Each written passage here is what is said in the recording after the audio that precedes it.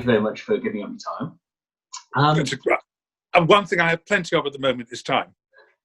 Indeed. Now, of course, you're very well known for your long association with Big Finish, but your first involvement in the Doctor Who universe was with the VHS releases in the 1990s. Yes, indeed. Yes, Keith Barnfather, who was a friend of my ex-wife's, and somehow basically Keith is one of those what I call an enthusiast. He has great energy about getting things done. In fact, I think a lot of what kept Doctor Who alive was down to individuals' energy. And Keith is one of those people. And he just sort of threw this idea at me and said, "Do you want to be involved?" And I went, "Of course." And, I got to work with some very well-known and likable people. And yes, and it all started from there. And so it's thanks to Keith that I went down this avenue. So your first involvement, if I'm right in saying, was Downtime. And you certainly worked alongside some of the great and the good of Doctor Who. With, well, first of all, Nick Courtney. How was Nick to work with? Nick was an absolute delight because, of course, he had been a long-term jobbing actor before Doctor Who arrived in his life.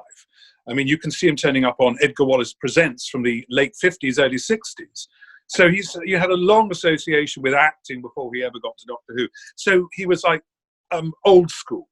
And having been brought up in the acting profession, I was very familiar with old school actors. And so we got on like a house on fire from the first moment. Well, talking of old school traditional actors, that leads perfectly into, of course, the Watling family. And you had two members in that one cast. Yes. Well, of course, Jack. I mean, you can see his work going back to the 1940s on film. I mean, he's in some extraordinary films. And, of course, she I'm allowed to say this now because she's not with us anymore. She was barking mad. And they had a very interesting off-camera relationship with each other. They were more like an old married couple than they were a father and daughter. It was very strange. He was a bit quiet, but she was very vocal and had a lot to say. Now, one scene that particularly comes to mind from Downtime is when you are stuck in a supposedly gridlocked London. That would probably be quite easy to film even over the last few months. But that must have been quite a tricky scene to set up back in those days. We found a location hotel just off Great Portland Street, and the road that led to the hotel was quite narrow, but it was also one way. And if you couldn't get down it, you could just go up to the next road, which was also one way. So we just basically parked a car in the middle of the road, at the entrance to the road, and voila, automatic traffic jam. We also did it quite early in the morning, I remember, because, we didn't want to disrupt about 11 o'clock when all the deliveries happened. So that's basically how we managed that one. So, getting you right, you didn't get permits to block the road, just guerrilla filming. No, yeah. Keith can't be really bothered with a permit thing. I remember we did some filming on Downtime, not Downtime, the Deimos Rising. And we needed a railway station. So we just found a local railway station and just waited for a train to pull in. Then we went action and Stewart pretended to get off the train, which actually hopped on and then got off. But we didn't get any permission for that sort of carry on at all. But, by the time you've done these things, by the time the authorities find out, you've been and gone. So, you're not causing trouble anymore. Do anything with enough confidence and you get away with it. Absolutely. And Keith works very, very fast, mainly because of out of necessity, because he has no budgets. So, he can film about 10 minutes worth of film in a day, whereas on a feature film, you're lucky if you get 2. So, he's very, very fast. So after Downtime, your next VHS project was Mind Game in a very different role. Yeah, it was a strange one, that one, because we filmed the whole thing, and it probably shows. We filmed the whole thing in one day. On one set, virtually, one day, and by the time we got to the end of the day, we had run out of time. And you might think the end of it is a little bit unsatisfactory. It's because we just didn't have any time. we had to wind it up really, really quickly. And so all the kind of clever shots that Keith had got in mind and more plot twists just never happened. But it was a good learning curve for Keith that, you know, when you're booking a location, you need to be absolutely sure you've got the right amount of time to film in that location. He didn't take into consideration, by the way, I might add, that, of course, the makeup that both I had as a Draconian and the chap had as a Sontaran took about an hour and a half to get on. So that was an hour and a half of the filming day lost just through makeup. Was that your first experience of wearing that type of prosthetic and mask? Absolutely. It was a very strange experience for me. And I actually bumped into an actor who played a Doctor Who monster on one of the shows. I can't remember what he was, but he was tied to a stake at one point in this thing. And they broke for lunch. And because, of course, he was a monster, they just left him there. He had to go, "Oi! Wait, could somebody come and untie me?" Oh, God, yes. They'd forgotten there was a human being inside all of that. One other problem with this Draconian outfit, they were originals. They were originals. The masks, the hands were the originals. But they had been around for about 20 years, and the rubber was beginning to decompose and rot. And so they were actually having to stick parts of it directly to my skin, as opposed to just on the joins, because it came down to just below my nose and then here. But some bits had to be stuck back on again all over my face and my hands. Basically, that's why in the sequel, I'm wearing gloves, because the hands just perished away to nothing.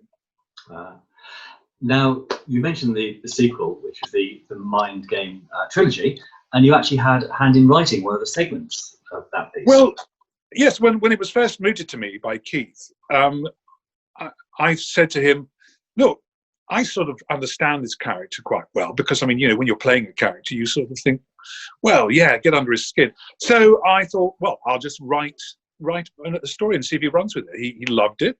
Well, I wouldn't say he loved it, but he certainly liked it enough to film it. And to be quite honest, it was pure and utter plagiarism. I sort of nicked huge swathes of Shakespeare and cobbled them together to fit my personal narrative. You might call it a vanity case, really, but it was a lot of fun to do. And again, we filmed the whole of that in a morning. My section was filmed in under 5 hours. And considering there were some, you know, complicated setups in a small space, because actually, you know, when you're in a confined space, which the cell was, it's more difficult to film because you have to keep on shifting things around to get the perspective correct. That must be a record, surely. Well, it all depends what you're working on. I mean, I did a Highlander television series. Now, that's an hour long, and they reckon, and that's quite, you know, there's a lot of action shots in that. They reckon they can film an hour's worth of television show in 2 weeks. Now that's considered quick. So to film what was a 20-minute segment in 5 hours, that's pretty good going, really. That's pretty fast. Now, of course, you are very well known to Doctor Who fans, particularly those who listen to Audio Avengers, as Irving Praxiteles. How did you come to get involved in Big Finish? Big Finish, I think I was recommended to them possibly by Keith Barnfather, possibly by Sophie Aldred, as basically a posh voice. And the first one I did, strange enough, was I was playing Charles Darwin, which is an interesting choice, but it was nice to do. And they liked my work. And so the next thing they did, they offered me, would you like to play Cardinal Irving Braxton? I thought, oh, okay, fine. And to be perfectly honest and frank to you all out there, I had no knowledge of who this person was. I had never read any of the Doctor Who spin-off books, novels, or anything else. So I was coming to the whole project completely blind. And so, believe me, what a shock it was when I found out that I was actually Doctor Who's elder brother.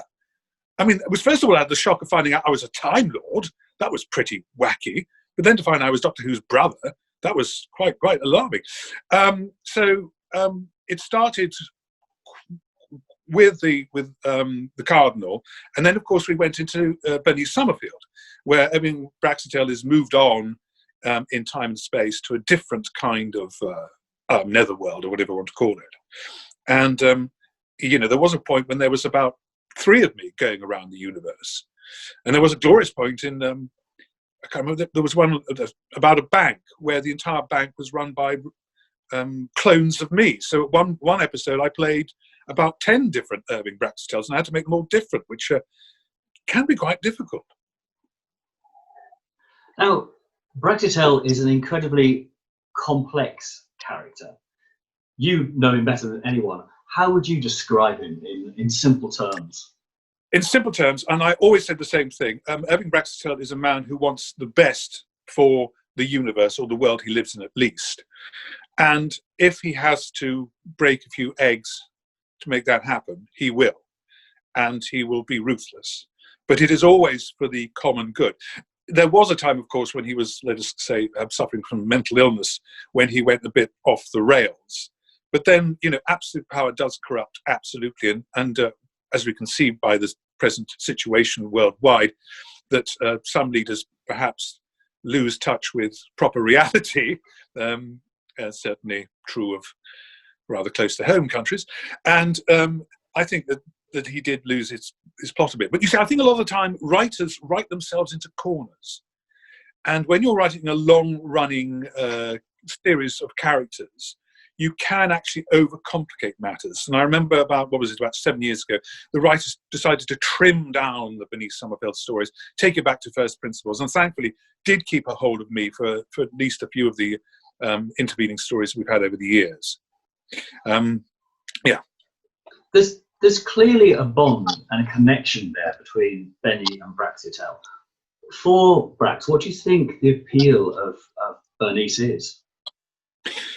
I think it's Bernice's feistiness. I think he finds her a very attractive person. And no, I don't mean that sexually. I mean, a lot of people out there have been wanting us to get together over the years, but both Lisa and I have said that this would just be a total ruining of the relationship between Praxiteles and Bernice if they actually got it together.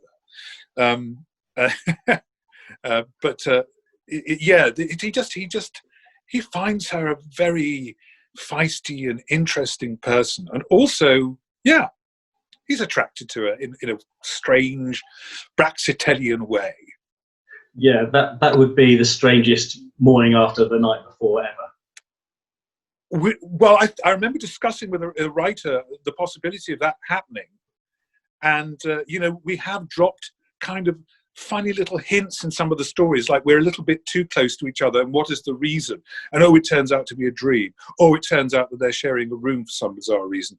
But the audiences are never quite sure whether they're actually in the throes of making love, or whether something else equally undesirable. I think there was one point when I was massaging her shoulders and she was groaning away. But we've deliberately toyed with our audiences on that sort of idea, because we know it's fun. We think it's fun too. Okay, I've got one random question to finish on. Obviously, in Doctor Who universe now, because of the regenerated Master into Missy and Jodie Whittaker as the Doctor, we know that the Doctor, or Time Lords, I should say, can change gender. Who do you think would be a good female actor to play the role of Praxiteles? Oh, I say that is a random question, isn't it? I think, I don't know, Miranda Richardson, let's say that, just another Richardson name, but also she's very, very feisty and very controlled and very steely, I think, and also has masterful control of the English language, which I think is a very important facet for Praxiteles. I think that's a fantastic choice, and I like the fact that you're keeping it in the Richardsons. That makes sense too. Yeah. So, thank you very much, Mr. Richardson. It's been an absolute pleasure. Thank you very much, and I hope you all enjoy the rest of this online forum.